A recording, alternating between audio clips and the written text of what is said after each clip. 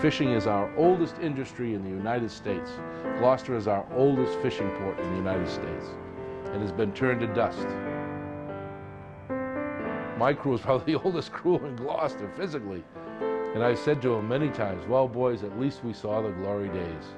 At least we saw the days that were the end of an era anyway. You know, we saw the good times anyway.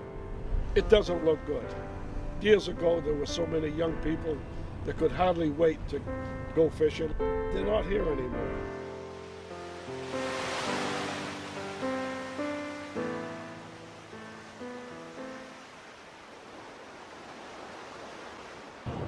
You know, you got to feed your family. You're going to do what you can to get out there, whether it's bad or not. You know, if not, the government will take the days away. You know, they've done it before. You know, so the guys are afraid to do that.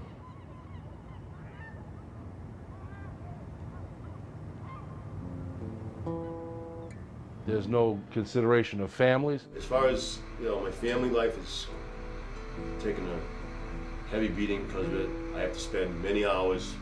You have to stay on top of it. If they're not going to take care of me, that's fine. Take care of my kids.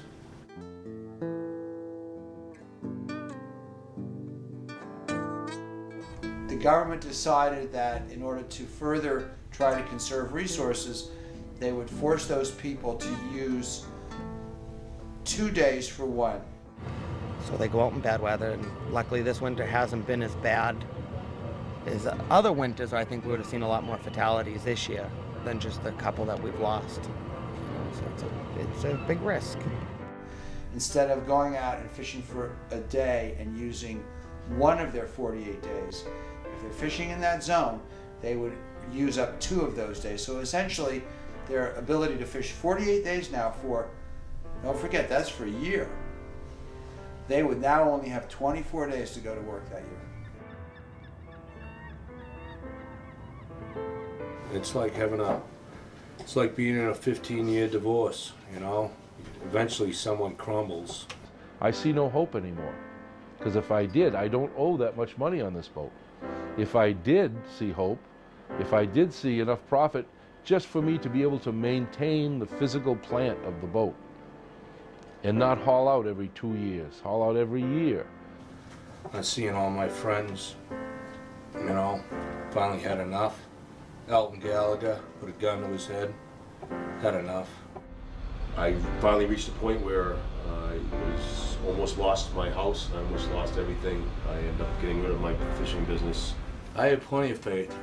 I got faith because it's just it's a big ocean, but it's some weird shit that happens. You know, I've seen John Bakarowski, good fisherman. I remember doing a Hail Mary out at sea. He got dragged overboard sword fishing. They heard him screaming, but they couldn't find him on the Hannah Bowden. Yeah, these guys got a lot of faith. They're strong. They ain't worrying, you know. They back their own, you know. They give the shirt off their back to anybody that needs it. They'll go down to your boat sinks, they'll help you. No, got a lot of faith.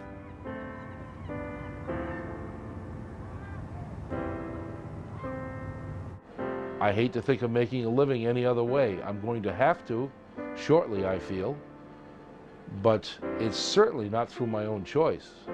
I'll keep doing this the day I die. Well, like I told you, I'll drag a boot around.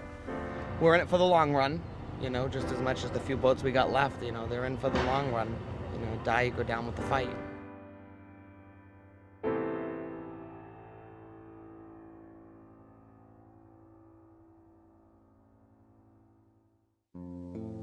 There's no way we can overfish at this point. I don't think it's physically possible for our fleet to overfish at this point. We all went out there for one reason, the freedom.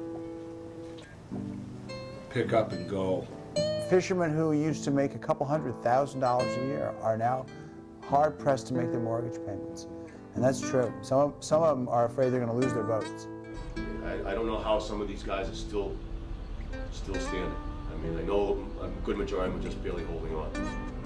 I was proud. My father was a fisherman all his life. He probably started about 12, 13 years old. Why they want to keep cutting it and shutting more areas down just makes no sense.